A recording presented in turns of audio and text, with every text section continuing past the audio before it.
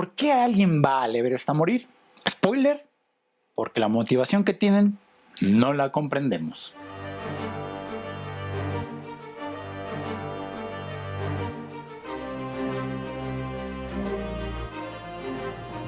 Una persona que sube al Everest, una práctica no tan sencilla de hacer, se arriesga a las inclemencias del sitio, como la altura muy elevada a nivel del mar, un frío gélido al puro estilo del Cosmos de Camus, y sin dejar atrás los cambios abruptos del clima que se llegan a presentar, y ajustarse a esos cambios de situaciones que no se esperaban, como al llevarse bien con sus compañeros de ascenso, son factores que determinan ese arriesgado deseo de dominar no a una montaña, sino a uno mismo, para que al final uno pueda colgarse una medallita simbólica y decirse a sí mismo: subí el Everest, sin que el otro conciba el trasfondo de todo lo que implica el hacerlo, y solo le pregunte: ¿por qué fuiste a morir?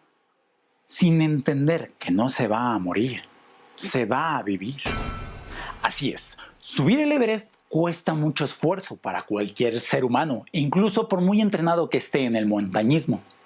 Nos referimos a que es una actividad muy demandante de realizar y se requiere bastante dedicación, por no decir disciplina. Su principal motor es eso que nos permite realizar actividades que incluso son peligrosas para nuestra salud o que son muy demandantes para nuestra supervivencia. Y así como subir la montaña más alta del mundo es un hobby que arriesga la vida de algunos, para muchos es una manera de vivir, convirtiéndose en una actividad como cualquier otra, con sus riesgos y con sus beneficios. La pregunta es: ¿qué es lo que nos motiva a arriesgar nuestra vida para seguir viviendo? Nosotros, como organismos vivos con cierta capacidad cognitiva, nos ha interesado saber qué procesos nos motivan y dirigen nuestra conducta. Sobre todo nosotros como humanos, siempre nos hemos esforzado por entender cuáles son las fuerzas que nos provocan que hagamos lo que a veces ni nos planeamos hacer.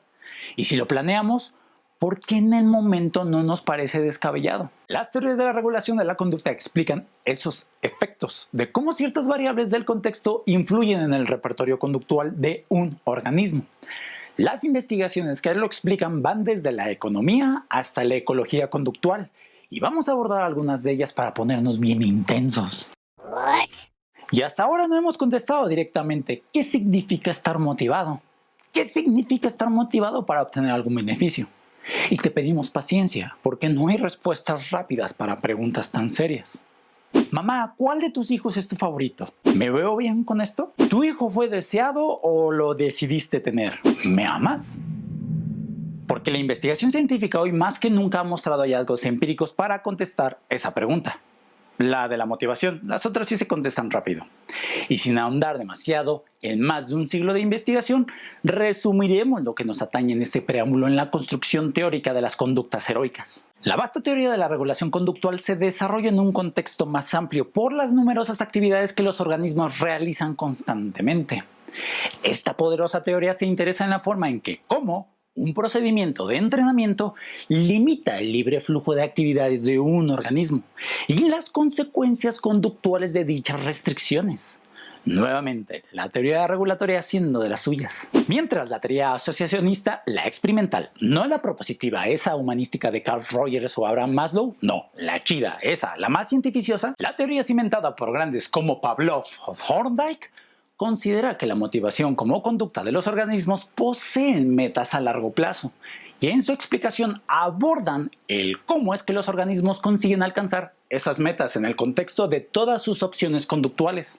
Y esto no quiere decir que una teoría sea más importante que la otra, pero en Código de Héroes tenemos a nuestra consentida, como padres a sus hijos, por ser más sustancial. Pero eso no exime que en algún momento, gracias a la continuación científica, estas teorías harán contacto suficiente para ofrecer una explicación integral y exhaustiva de la motivación de la conducta. Mientras tanto, te decimos que la teoría propositiva y la regulatoria se han desarrollado de manera independiente entre sí. Cada una ha identificado temas importantes y en muchas divulgaciones científicas ha quedado claro que ninguna se sostiene por sí sola. Por otro lado, la teoría de la regulación conductual ve la conducta desde una perspectiva funcional. Y aquí es donde tú, obviamente, sin ser consciente, la apuestas a lo funcional. ¿O no? ¿A poco no estás estudiando esa carrera porque piensas que es funcional? ¿A poco no te estás comprando esa ropa porque piensas que es funcional? ¿A poco no andas con esa persona porque sabes que es funcional? Y sabes que perfectamente beber, comer o dormir lo haces todos los días. Será por algo, ¿no? Nos gusta que las cosas funcionen y sobre todo nos gusta sentir que funcionamos. De ahí esta teoría tan amplia que nos permite concebir o explicar qué de funcional tiene esto con lo que hace un individuo para el beneficio o daño para toda una sociedad. Por eso, el que hagas actividades que son funcionales para que sigas viviendo, las realizas aunque no lo pienses detenidamente. Simplemente no te marcas planes y metas para cumplirlas y no le das un significado tan existencial. Pero el que hagas actividades que son funcionales para ti y también para los que están a tu alrededor, sin muchas veces pensarlo, ya marca un plus en ti. Pero vamos a regresarnos un poco. Si realizas actividades que te permiten que sigas viviendo a pesar que la sortees entre la vida y la muerte y en el camino no perjudiquen a nadie, ya se considera funcional. No se contesta del todo la conquista del Everest, pero ya explica la primera parte del por qué hay una motivación de hacerlo. Y lo complicado de esto es que no vas a entender del por qué es necesario entrenarse, del por qué es bueno hacer actividad física y realizar algún deporte, educación física. Pero el que no lo hagas solamente explica que no estás motivado para hacerlo y solamente digas quiero vivir bien sin hacer algo para vivir. Me recuerda un tiempo en el que me llevaba a correr esporádicamente a estudiantes al cerro en domingo por la mañana. La actividad que ellos tenían que realizar era simple, por decirlo de algún modo, solamente que no lo sabían hasta que ya estaban ahí. Lo único que yo les decía en clase meses antes es que por tema de educación ambiental tenían que asistir tal fecha a las 7 de la mañana en un punto de reunión. Podían ir con algún familiar, con perros o alguna mascota, pero tenían que ir con tenis cómodos, ropa cómoda, sin mochilas, sin bicicletas, patinetas y sin botellas de agua grandes. Y eso es porque estos últimos me tocaba a mí llevarlas cuando no aguantaban. Ya en la situación que se enteraban que iban a hacer ejercicio, era divertido, porque con unas cuantas instrucciones les aclaraba no perderse. O sea, debían seguir a sus compañeros, ir en grupo y no quedarse atrás, tratando de correr siempre, o ya por últimas ir caminando. Y como recomendación, no platicar con su comadre o su compadre, porque eso iba a cansarlos más. En alguna ocasión de esas mi novia me dijo que había escuchado a un estudiante que le había dicho a su esposo en un modo sofocado de la escasa altitud que llevaban, que yo los quería matar. Ahí, la evidente poca condición de dicha estudiante era la metáfora del Everest. Cuando llegábamos al punto de reunión, a unos 5 kilómetros aproximadamente de subida y a menos de 1000 metros sobre el nivel del mar, daba una pequeña clase, que más que nada era una reflexión del por qué ellos específicamente estaban ahí. Ya habrás pensado cómo ellos que les garantizaba un punto extra de su calificación o algo por el estilo. Pero no. No había alguna calificación, punto o décima para lo que académicamente debían cumplir. Solo era un entrenamiento ecológico en el cual yo me remitía a decirles que de tantos que iban a ir, solo fueron unos pocos, ellos, una minoría. Y esos que estaban ahí dejaron de lado las excusas, las justificaciones o actividades que tenían que hacer. Ellos decidieron ir ante la cruda, ante la fiesta del día anterior, ante la flojera, ante ir a misa, ante la pereza que brinda la comodidad de sus camas, ante el escepticismo de ir a saber por qué el ir. Ellos mismos debían saber por qué decidieron ir, pues nadie los obligó con una pistola en mano. Ellos posiblemente pensaban que esa actividad les iba a ayudar a su calificación de la materia, pero nada más cercano a la realidad. Pero, ante todo, era mejor ir, como en la metáfora de ir a estudiar a una escuela porque te convierte en mejor persona, en una persona preparada para resolver y prevenir problemas, conocer tus debilidades y solucionarlos, así como afrontar tus deficiencias o hacer algo al respecto ante quien te demanda hacer algo por tu vida. Era eso o en los peores casos que siguieran bebiendo la noche anterior para chocar imprudentemente arriesgando a los que se encontraban a su alrededor. Seguir destruyendo sus neuronas por sobreconsumo de alcohol. Preferir tener un tiempo supuestamente productivo pero no tener un tiempo de calidad, como señalaban cuando decían que era el único día que podían estar con su familia. De paso, hacía una pequeña mención de un intento de preservar las riquezas naturales tan cercanas a ellos y evitar seguir contaminando el medio ambiente, como el poder evitar un incendio o contrarrestarlos cuando estos se provoquen. porque es un lugar que todos pueden disfrutar. Antes de continuar, debo hacerte la pregunta. ¿Tú crees que ellos hubieran ido si yo les decía desde un principio que iban a correr muy temprano en la mañana en domingo para escuchar una clase y que sobre todo no iban a obtener una calificación por haber ido? Y te encontrabas de todo en esas subidas.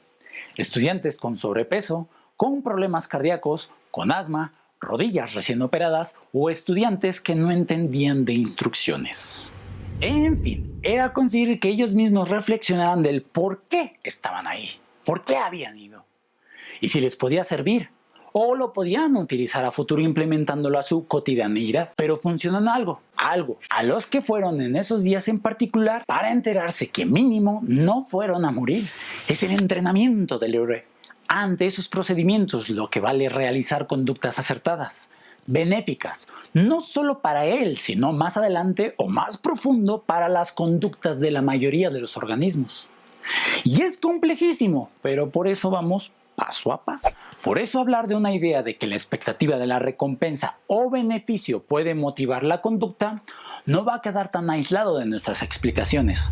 O sea, es que si hemos aprendido a esperar algún beneficio en el curso del tiempo por algún evento que esté sujeto a ese beneficio, pero como captar la idea de que eso pasa es lo complejo. No solo para decir vagamente que se llega a esperar que suceda algo importante cuando se encuentra un estímulo que señala el evento importante o que le permite predecir que el evento ocurrirá. El condicionamiento clásico o pavloviano es el procedimiento básico del aprendizaje de señales. Y de ahí que una forma de mirar la expectativa de la recompensa es considerado la forma en que los procesos pavlovianos participan en el aprendizaje instrumental. Pero ese es otro cantar, aunque para que te des una idea rápida, el condicionamiento pavloviano es eso que te ayuda a aprender eso que sientes. Es muy cierto que cuando se le pregunta a alguien por qué realiza una conducta específica, es porque esa misma persona espera que tenga como resultado un beneficio. No obstante, el procedimiento para que un organismo obtenga un beneficio por realizar algo asociándolo a un conjunto de estímulos no explica todo nuestro repertorio conductual.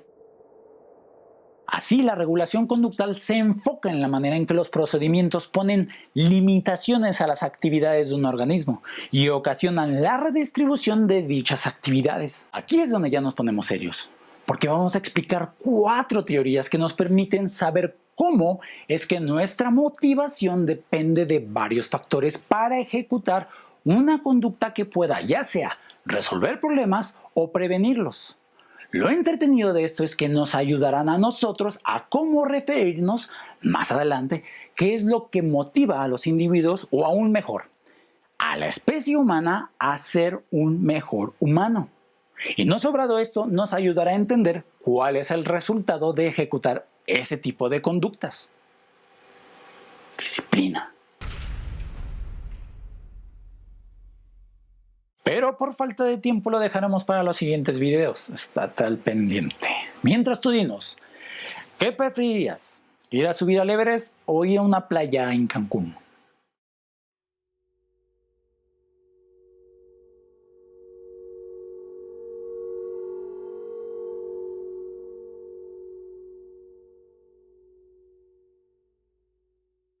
Si te gustó el video, háznoslo saber. Si no, también recuerda que la crítica es una herramienta muy importante en nuestra sociedad.